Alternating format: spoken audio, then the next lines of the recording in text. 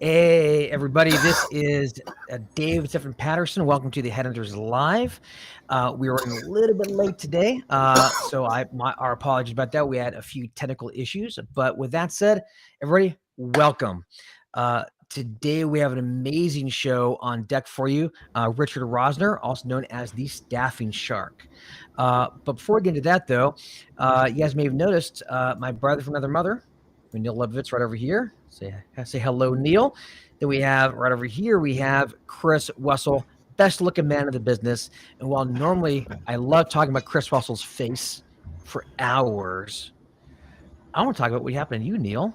What's going on? You got a little sling there. You all right? So I might have or might not have a broken shoulder. I got in a bike accident and a bad one, but I'm here. And a car, Florida, it's just the worst drivers, is all I'm going to say. So anyone who lives in Florida knows what I'm talking about. I'm on Broward. I'm on a bike lane doing 35 miles an hour in an electric bike that goes fast like a moped, okay? And a car just decides it's going to make a right-hand turn, ignore the bike lane and pretend it doesn't exist, and turns what should have been right into me. I would have probably been dead. They turned right in front of me, so I saw it coming, and I just hit it straight on in the rear panel. My bike got all mutilated. I went flying. And I landed on my shoulder and my hand. My hand swells down, and it is what it is. I've been on painkillers for most of yesterday. I'm not on it for the show, so no one's going to read into anything. And here we are, on with the show. This is it. Da da da da da da da da. Oh, what heights will hit? On with the show. This is it. Well, Neil, I hope you feel better. You know, funny enough, so when we first jumped on right before this show, and I saw Neil with the sling, I'm like, man. Is that to support your? And then I didn't get to the rest of it because guys locker room talk. But that said, though, Neil, I hope you get better, man. That is horrible to hear. Thank God you didn't die. That is crazy. That is Florida drivers for you. Florida drivers, especially down there in Miami. Yeah, I know. But the lesson is, I'm not going to drive on the main roads anymore. So I got off easy, I guess, with a sling, hopefully for a couple of days, and the pain goes away, and I'm just wiser. You got to be safe out there and wear helmets. If you wear a motorcycle or bike, wear helmets. That's my public 100%. service. I know. 100%. Well, that said, before we get down and deep with our special guest, Richard Rosner, I do want to say, folks, if you're watching this live, please comment live in the comments. We want to know that you guys can actually hear us. It also helps the algorithm, so we definitely appreciate that. If you're watching the replay, comment replay as well. We want to hear who's watching the show. Make sure you like the show, love the show, comment on it, and even better than anything, share the show with your friends and colleagues. If everybody on this watching this right now share the show, we will be huge. So it's up to you guys. So with that said, I want to bring up our sponsors. So first off, let's start off with Back Office Staff Solutions, also known colloquially as BOSS. That's my word of the day, colloquially. Anyway, I'm probably messing that word up, but BOSS, backofficenow.com. So full disclosure, that is Neil's company. So if any of you guys are in direct hire permanent placement and you're sick and tired of the feast and famine, of a great month and a shitty month, over and over and over again, you need consistency. Contracting, staff augmentation, temporary work is the way to go, whether you're doing low-level work or working at a C-suite level. Contract work has a place in your firm. It has a lot of teeth, however, funding payroll, got all the insurance, the paperwork, etc. BOSS handles everything. So I won't go too deep in here because we have kind of a bit of a shorter show today, but go to backofficenow.com to get set up. All right. So with that said, one more thing as well, actually two more quick sponsors. Chris Wessel, my man right over here, the best looking man in the biz. For many folks, hiring a recruiter for independent or a practice lead seems like the most logical step when you're trying to build a team. But actually, the best hire you could ever make for yourself is hiring an admin assistant, whether it be an in-person executive assistant or even a virtual assistant, whether they're in the U.S. or wherever your local country is or overseas. However, hiring a VA is also fraught with a lot of difficulty, training them and getting them to be able to source correctly, etc. Chris Wessel has a ton of experience in hiring training, and retaining VAs. So if you're interested in talking to him about how you can use a VA for your business, go to chriswessel.com, book a call. Even if you don't use one of the VAs, he'll walk you through the step-by-step process of how you can hire and train a VA to work in your practice. And last, but certainly not least, let me talk about my company, the Digital Headhunter. So I'll keep it short and sweet. Guys, you know I'm the best at this.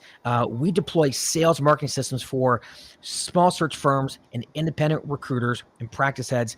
We could do it within 30 days, a complete build. So you're not having to bang your head against the wall trying to figure out your tech stack and how do you integrate tools and your messaging, et cetera, et cetera. We do the complete build in 30 days with a 90-day ROI guarantee. Go to the digitalheadhunter.com/build and book a call on my calendar. We'll walk through the entire process. And with that said, let's get on with the show. Hey, and Dave's got a live boot camp going on right now too, which even though it's day 2, people can still get a recording and get in. And it's I hear it's great. That's right. And you, yeah. And as it turns out, I got the link right here. If I am in the middle of a 3-day sales boot camp, if you're interested in getting the recordings and joining late, go to the digitalheadhunter.com/bootcamp. All right, guys, I think we're ready to bring on the man of the hour, or for the next half hour, Richard Rosner. So many of you guys may know him as being a very loud, brash, excited, just full of energy, also super buff guy named Richard Rosner, calls himself the staffing shark. He's a really interesting character, has a lot of great stories. And in fact, Richard and I, he doesn't know this yet, Richard and I actually share a common history, which we'll get into on the show. So with that said, without further ado, let's talk to the man himself, Staffing Shark. All right. What's up, guys? Woo! Look at this. The Shark's here with no delays, too. He's crystal clear. No delay. And okay, so Chris, right off the bat, jean shorts are a fad, man. But for you, I'm just going to show you real quick. Oh, no. Shorts on now, brother. All right. And that's off the rails. Usually it's Neil that stands up and shows off his pants. So I told you. I never know what's going to happen. But no, hey, thank you guys for having me on the show. And Neil, long time no see, right? Absolutely, Shark. Great hanging out with you a week ago. It was a blast, man. So that's that, Staffing Shark. I'm gonna call you Richard. Okay, Richard. It feels weird saying. How many people in our business do you know that can have a nickname that they you go by default? You know what I mean? Maybe you can pull off the DSP a little, but most people are casual conversations, so Staffing Shark, blah blah blah, and that's just perfectly normal for us. That's a superhero thing. Neil and I wish we could do that. Yeah. When I go to conferences, guys, nobody even knows my real name. A couple of dudes were sitting there and what's your real name? We just call you Shark. Love it. That's awesome. That is awesome. That's when you know you have a brand. All right, I'll shut up. Go ahead, DSP. It is great. Well, I'll tell you what. So Mr. Shark, you and I share and before we get into who you are and what you do, I do want to mention this. I know that you worked for was it People Ready or People? Is People Ready? People Ready. Are you bringing back some bad memories? I'm just joking. Well, so here's some. So they used to be Labor Ready. Remember Labor Ready? Mm-hmm. And so I got my first job in staffing. You won't see it on my LinkedIn, but my very first job in staffing was working at Labor Ready back when Glenn Wellstat still owned the company. There were only maybe 50 branches around the U.S. And I happened to apply for a job. Get this, a classified ad in the newspaper. My girlfriend at the time faxed my resume, and I got interviewed one branch manager. He didn't like me, didn't hire me. Interviewed with a different branch. He hired me, and here I am 27 years later, because I was 97, 27 years later, talking to you and find out you also worked at that day labor hall. Dude, we went through spring training together, right? I can say day-to-day labor, it's a beast. Wait, you just gave me PTSD from when I had to try to figure out how to make meet the character count requirement for newspaper ads. Remember trying to do that? You were trying to okay, let me shorten some things, abbreviate some things so they can fit into the character count needed, so you could do a classified ad in the help wanted section. Oh, just brought me back. Well, for those who don't know, we're getting to Shark's history in a minute, but I do want to share this. So for folks who don't know, because most people who listen to this you do higher level staff. You're doing direct hire, executive search, yada, yada. But day labor halls, right? Which what labor ready is, which I think now it's called people ready or whatever. But in essence, what they are, it's usually in a strip mall in a bad part of town. You're employing people who are homeless, down on their luck, or whatever, maybe Check cashing drug next addicts, door. alcoholics. Yeah. They go and apply, and what happens is you walk in the morning, maybe 5 or 5:30 or 6 o'clock in the morning to do dispatch. You've got tickets, a table full of tickets on the back behind you, behind the counter, and you got to fill these jobs with 2 people here, 3 people here, 4 people here, 5 here at these construction sites, hauling trash, etc., warehouses, and nobody has cars. So you're trying to play chess, like, okay, who's got a car? Okay, you and you and you. And then on the way over here, you drop the other guy over here and you pick him up over here. So no one has cars. Oftentimes there's nobody in the labor hall. So we called it, we called it a table full of tickets and a hall full of crickets. Ton of tickets I got to fill and nobody. And we're on the phone like this. You want to work? Want to work? To all the people who had applied in the last few weeks. Can you work? Can you work? Can you work? Can you work? And that was our, and then on top of that, they get paid daily. So they come at the end of the day, they get their check, they go off to the gas station to cash it. And then they, a lot of times they get drunk, and then they show up the next morning at 5 a.m. in the morning for the next job. And that was where I cut my teeth and where you cut your teeth. Sounds like. Oh, hey, they were the memories, weren't they? I mean, seriously, the people coming in. I used to pick them up in my car, and it's like they have knives in the back of their pocket and stuff like that. It was like crazy fights and stuff. Yeah. To break it up. Mm-hmm. Shark and David, are you going to let the rest of us into the show and talk about something that the rest of us care about? Yeah, I know, sure. All right, I just wanted to show that with like is this a love fest? Talk offline. It's a show. We got a half hour. Now. Well, all right. So let's speak about it. That's a good idea, Neil. Let's talk about you, Richard. So what about now? So years later, after the level labor thing, tell the audience, like, what do you do, right? Because I know you've got a lot of different things in the works. You got Shark Media. You do jobs across America. You're still recruiting. So yeah, walk us through that.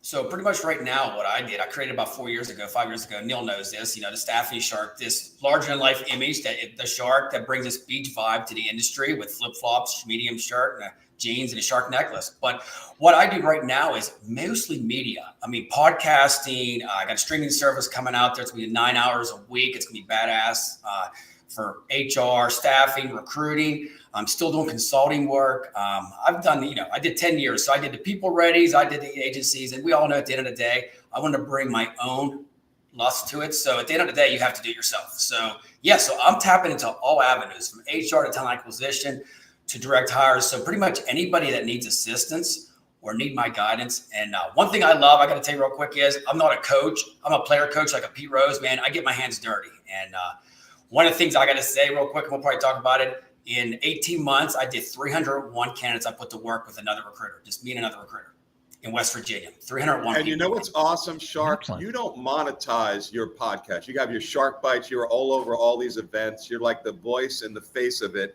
You do it to give back, man. And people got to know that. So follow this guy, and we'll give you the links and everything later. Right, Shark? I mean, you just... 100%.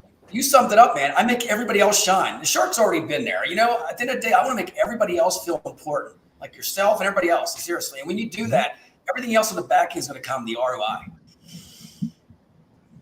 Well, let me ask you this. So what got you doing this? Because obviously going from like a labor environment to what you do now, it's a radical change. For me, it was getting a job at MRI, learning search, and I realized, oh my God, this is way better.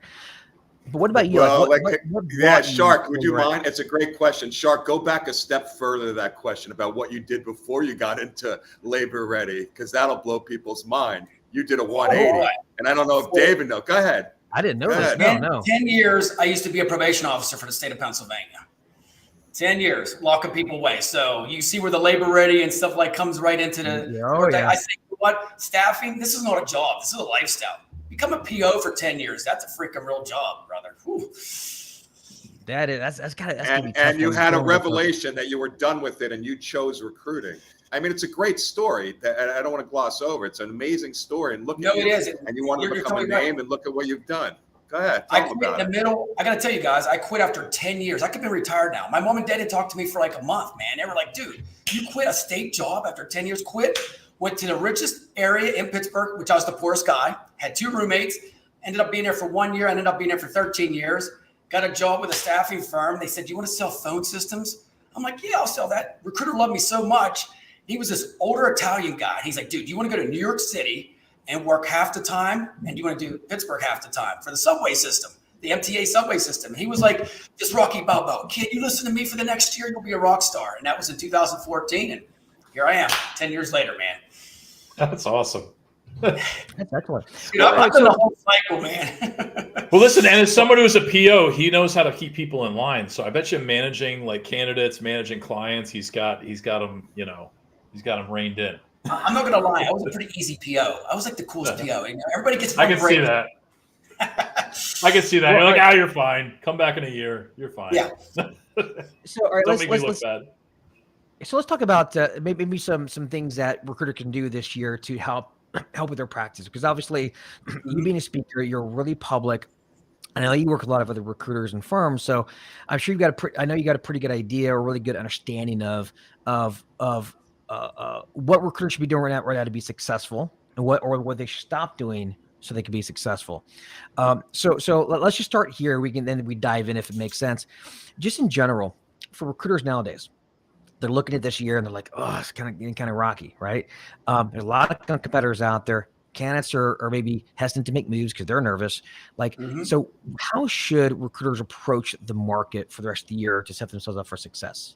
I know it's a broad question, but I want to get your. No, it's so freaking simple, and it's the Gary V. I call it. Social media. You got to be on social. Mm-hmm. First thing I say, all recruiters, you should have a podcast like us. You should have some kind of video to get the community tapped in. At the end of the day, I'm going to tell you, David, and the rest of you guys there. Seriously, when I go to an area like West Virginia, I was there for 18 months. I didn't know anybody. And I took over 85% of the staffing market. The other staffing firms are going around calling me saying, "Dude, when you leaving Shark?" Seriously. So when you can penetrate that with community-based stuff, just don't sit in your office all day and be on LinkedIn. I say if you're only on LinkedIn, you're losing out. You got to be on all platforms. And when you do that with videos and create a birdie, I call it like blast, like little job burst. You know what I mean? Like 10 to 15 seconds to cap that audience. Because here's what happens in a day. Everybody can say now hiring. There's a freaking job in every freaking corner. What makes us different? What makes me different? They're at the airport. What's going to scroll, Chris? Why are you going to stop on the Shark stuff? You're going to say, "Dude, this dude's freaking crazy. He's blowing up a bomb or something like that, but he's still trying to get me a job." I think that's the way to do it. And one thing else I'll say before we stop here is I'm a job agent. I'm not a recruiter, man. I don't recruit you. I freaking, retain you, and I'm representing you. So at the end of the day, I'm representing you for your whole life cycle. And when you say that, dude, they'll say, "Shark, you know what? You're my recruiter." No, you're my job agent. And if you hear the voicemails, guys, I swear to God, 2:00 in the morning, they'll come and say, "Shark, you got another bite. Can you get me a job?" They already have that energy. They never even met me yet because they seen what I do online. So long story short, get online, man. Get online on every avenue. Wait a minute. Okay, it's easier for you to say for a guy like Chris, who's got a beautiful face like that, to be on social media. But what if you got a face built for radio? I get a lot of clients and I know a lot of recruiters who are definitely afraid of that because they feel awkward. They don't think highly, or they got a face built for radio. That's the kind of the joke. But really, a lot of people are just nervous about getting online and doing these sorts of things. Like, what would you suggest they do? I just still at the end of the day, I see video. People want that contact. I mean, if you have a great voice, make cartoon characters. I do all kind of stuff. I mean, you got Chris over there. Looks like he should be in Polo magazine. I mean, he could do some kind of stuff like that for recruiting. I think one of the biggest things is to tie your community into it. Like now, if I'm in Pittsburgh, Steelers, Pirates, tap that into all your messages. You know what I mean? And when you do that kind of stuff, I mean, they're just going to fall and come to you. I mean, if it's I think too. Well, and you probably, because you put out a ton of content, Shark. And so tell me what you think about this. Is a lot of times I've heard you just got to just do it. Just put it out. Because for every good clip you see somebody put out there, there's a whole bunch of other stuff out there. You know what I mean? Mm-hmm. Like you just gotta do it. Just gotta record 15 seconds. Even if it doesn't sound scripted, it's even better because you're more authentic. Like you just gotta, it's just like cold calling. You just gotta pick up the phone and start dialing. I mean, what's your thoughts on that approach to kind of break through that hesitance? The cold calling, I mean, I love it, but I think at the end of the day, you gotta, I like voice AI. I'm gonna just jump into that. I meant for video, in terms of breaking through the self. People put, David was saying, people put limits on themselves in terms of putting out video because they're like, I'm afraid to, I don't know what to do. I've heard, and I kind of feel that you just fucking do it. You just do it. There's no bad video out there. You guys know that with the algorithms and stuff like that. I think so many people put a video out there and then look at it all day, like how many algorithms I get. You know what? I'm going to tell you some of the worst videos that I thought was shitty got the highest results. I did one with the Eagle Me Home beside my Eagle Scout project, and it got like 40,000, likes on it. I'm like, seriously, stuff like that you never think. So at the end of the day, you just got to post, and don't post and pray. Post what you believe in. That's the thing, because the job seekers know if you're bullshitting them. You know that. Yeah, and Richard, Yerbal wanted to know a couple of ideas to post to social media about it. What I want to say also, everyone, is listen, when you do a podcast, look at what we're doing, and you can do anything you want. When we get a Richard on, Richard's fully connected. He promoted this to all of his people. They're on here watching this. You guys that don't know him are going to sign up for his stuff. It becomes self-fulfilling. Every video gets better and better. And so what ideas that Yerbal asked, what should they be posting about, do you think? Like what's relevant for them if they just want to go now and start doing videos about it? Any ideas, Shark? I think some comical stuff. I definitely think some stuff about, what's going on. You could even, don't throw the election stuff in there, but stuff like baseball right now. Throw some comical stuff about baseball. Put a twist on it. One thing I will say is, anytime you get somebody hired, I call it the shark shake. And I think we talked about this before. I put a handshake. Guess what? They share it on their social media. I got 2.5 people on Facebook. 2,000 of them I got jobs for in the last 6 years. So they're my peeps all the time. So you got to build that community with them. Take pictures with them. I think at the end of the day, you got to tap into what's hot right now. Whatever's on TikTok. If it's the Stanleys that were back in the day, buy a Stanley and start doing videos with it and tie the job twist in. Look at that. Look, we know who the money I got. think, well, there's a lot to be said about being entertaining, right? Because you can have the best educational content in the world, and there's a ton of that. Now, granted, you can't just be entertaining. You have to actually have some substance. But if you combine entertainment, education, and as I like to call it, elevating somebody's thinking, give them some aha moments, change their way of thinking. So there's the best marketing in the world is educational marketing. And I think there's the entertaining piece of it, even if you think it's dorky, even if you think it's cheesy. So as you said, Shark, like the more you do it, the better you get at it. One thing I will say, do you know who Russell Brunson is? So I heard him on a podcast say this. For those who don't know, he's the creator of ClickFunnels, really big internet marketing guy. And he mentioned this. He said that if you're afraid to put yourself out on social media and do videos and whatnot, the best time to do it is when no one's listening. Because no one's listening, that's when you screw up, you make mistakes. By the time you get better, more people are listening. By the time you get better, more people are listening. By the time that you have a lot of people listening, you've actually gotten really good. So start when no one's listening, and it takes the pressure off. In fact, David, you know what's funny? Did you do that? Oh, was that Neil? I was saying what's funny is when David and I started Headhunters and Boxers, so David and I have done well over 150 episodes. Our first one, what do we have? 2 people on it? We had Mario. We had 3 people. We would joke on the podcast at the beginning that we had literally tens of viewers. All right. And now we're up to close to 1,000, right? Which is, but it was 1 or 2 people. That's where you start. Just start. Just do it. Mm-hmm. Exactly. Well, let me ask you, Richard, when you first started. Well, let me ask you, when you first started, have you always been a naturally outgoing guy, or did you have to develop that for your social media presence? No, actually, at 12 years old, I used to be a wedding DJ Richie Rich. So, oh my God!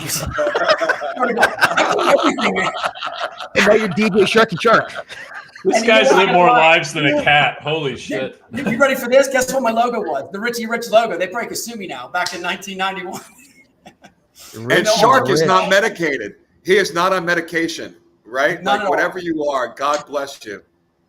It's about loving life to the fullest. And I think every day we don't make mistakes. At the end of the day, we learn from that. We learn from them straight up. Get out in the morning and look at play Bob Marley and say 3 little birds on the doorstep. But getting back to video, David, what you said real quick there is take one shot. Most of my videos are 1 or 2 clips. All my content is pretty much live.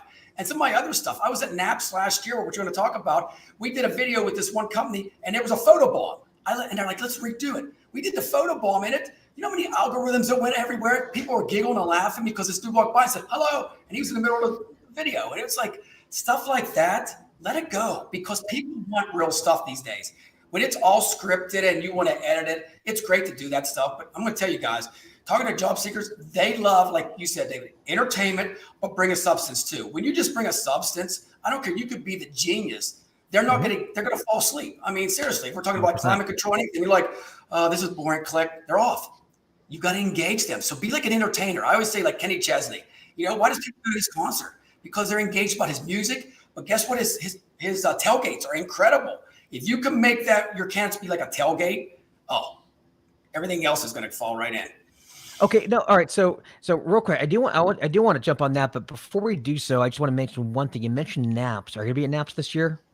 Oh yeah, man, I'm on the board, brother. Hell yeah. Awesome, because as it turns out, Neil and I are going to be there as well. In fact, Back Office 7 Solutions is going to be a platinum sponsor, the sponsor, platinum sponsor, the guy.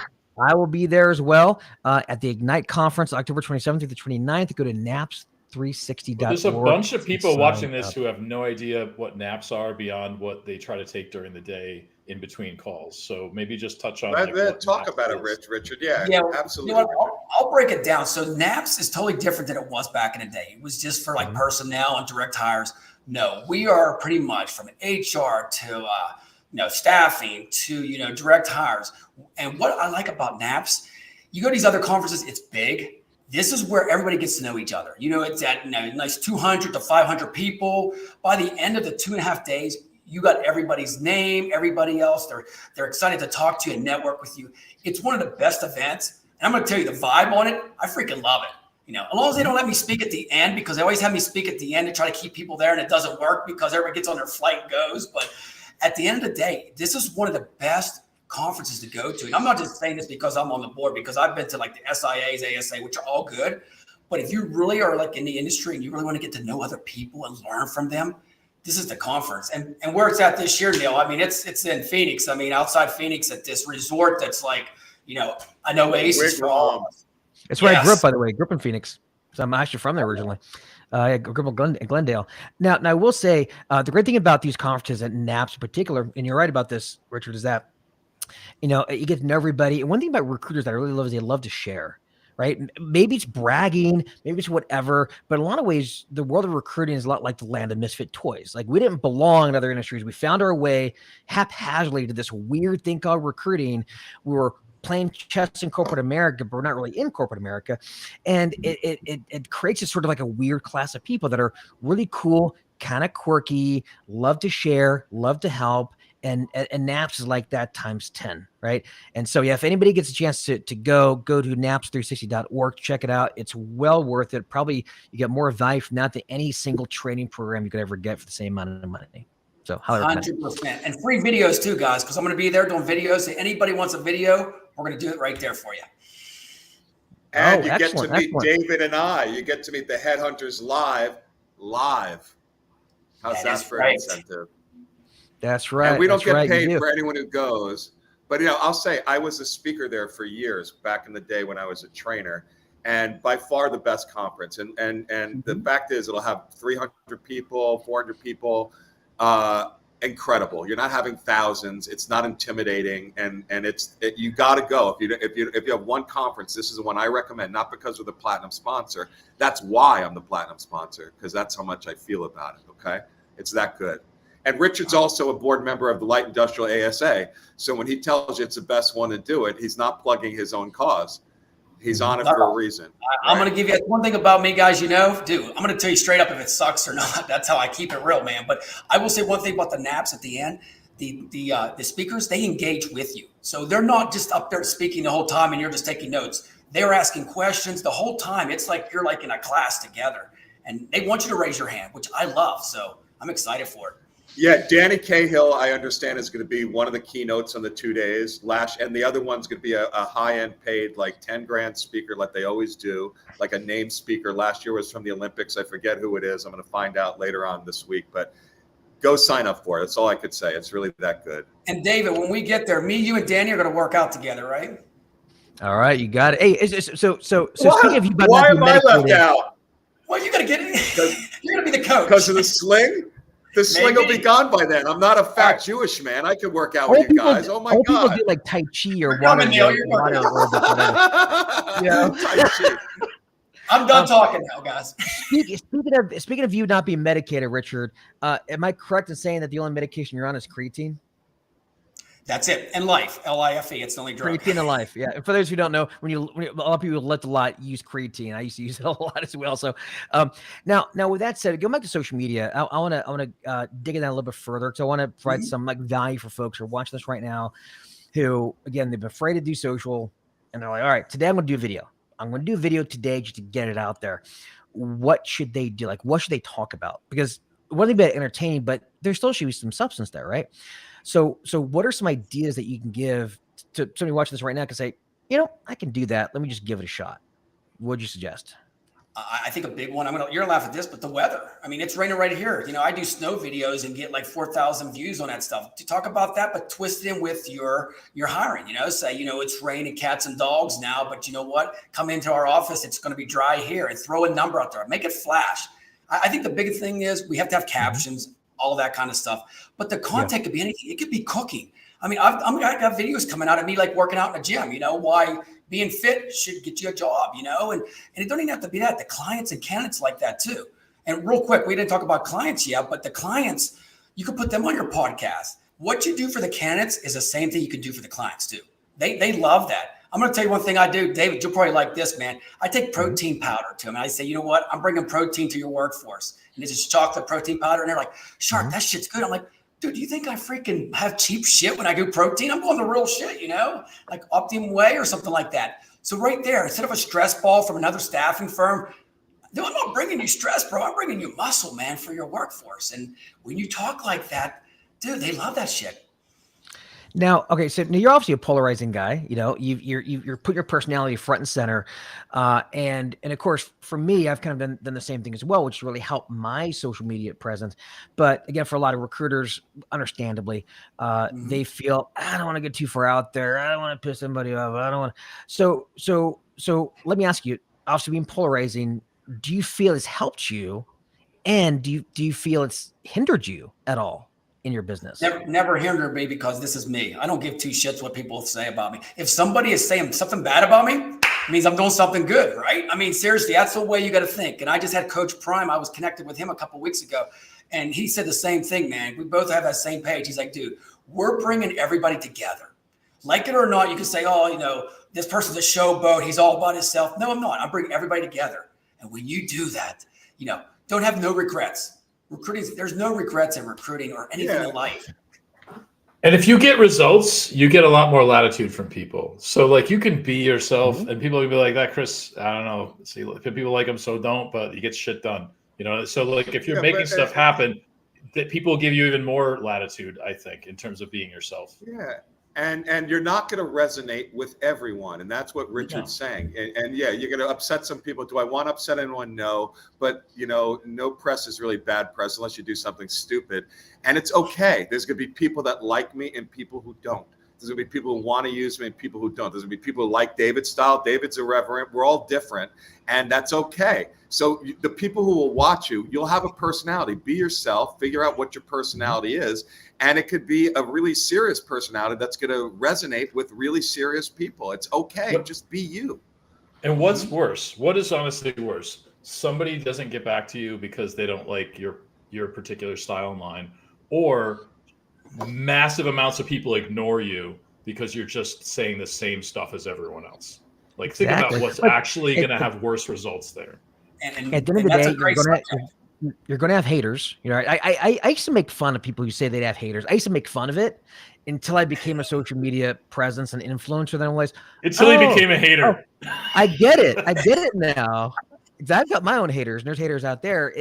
People just hate, they love to complain, but you know what? They wouldn't have done business with you anyway. And if they were to, they would have been a bad client or a bad candidate. And the people who like what you do really like you, and they want to do business with you because they want to do business with people that they like and they want in their lives, right? Your close rate goes up and your referrals go up. Sorry, 100%. I'm sure you tell the same thing, Richard. Like you got people, I'm sure, who don't like what you do, and there's others that really like what you do, and those are your people. Yep, they're all my peeps at the end of the day. And if somebody doesn't like what you do, they're still looking at your content because they're curious. And I love that. You still see because they don't understand on LinkedIn. They're still looking. And you know who it is. I don't talk about anybody. I don't have time to talk about people because when you do that, I'm wasting life. Dude, there's more. I mean, recruiting is a lifestyle. And I don't care if you got 20,000 placements more than me. I don't give a shit. I'm in my own hall of fame. It's me. You know, when you have confidence like that, it's not cockiness, guys. It's confidence. When you have confidence, you get up in the morning, you look in the mirror and say, I fucking love the Shark, excuse my language. Dude, the rest is history. I mean, seriously, you can give to everybody, you know? And people see that, guys, that positive magnet. When I go places, they want to hang out with me. They want to drink a beer with me. They're like, dude, you make me feel special, bro, because that positive shit's rubbing off on me. All right, Richard, now we're going to have to wrap here in a minute. And I want to ask you just more of a quick question first, where people can find you. But before I do that, I just want to say, and I want to say clearly for the record, because I don't want anybody else to steal this idea. This is my idea. Okay. I want to take your energy. I want to squeeze out of you into this juice, ball it and call it shark juice. All right. Better than 5-hour energy. I think we'll make a mint. Let's do it. I got another no one. joke. You should have. Let's do it.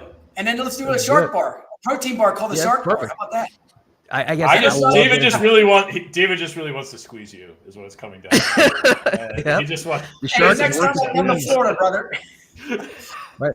Well, that said, let me ask you. So, where can people find you? Right. So, your social media handles. Where can they find you, and where can they learn more about you? It's so easy. Just type in Staffy Shark. I'm on every platform from TikTok all the way down. There's another one real quick. I know we got to go, but Clapper. Check out Clapper. It's a new one now. It's been out for about a year and a half now, just like TikTok, but it's based in the United States, out of Texas.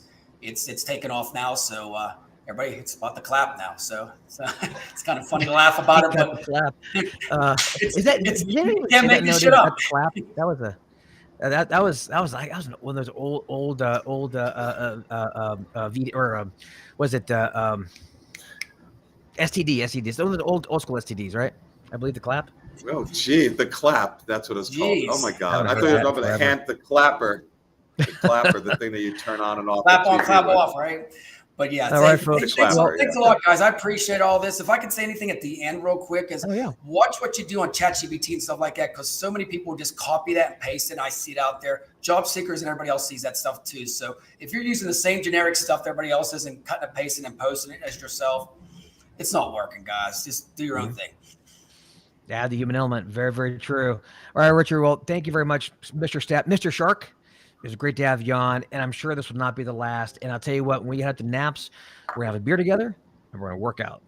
You know it, brother. I'm working out now, man. We got, another 5 months? Get ready. Man, I got to get ready, man. I got to lose about 40 pounds. And all right, folks. Well, thank you very much, everybody. Richard, thank you. Neil, thank you. Chris, of course, thank you. And for all you guys watching, again, thank you as well. And guys, again, do us a favor if you can. Like the show, love the show, share it with your friends, share it with your colleagues.